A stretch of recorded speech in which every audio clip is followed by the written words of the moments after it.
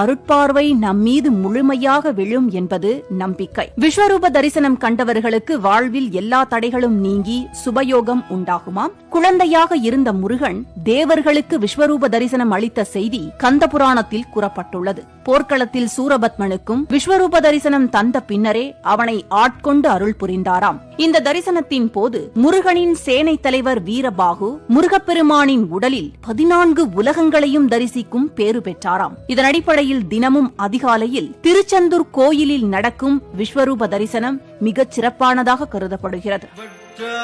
பொய்கை வளநாடு கண்டு மலை மேலிருந்த குமரா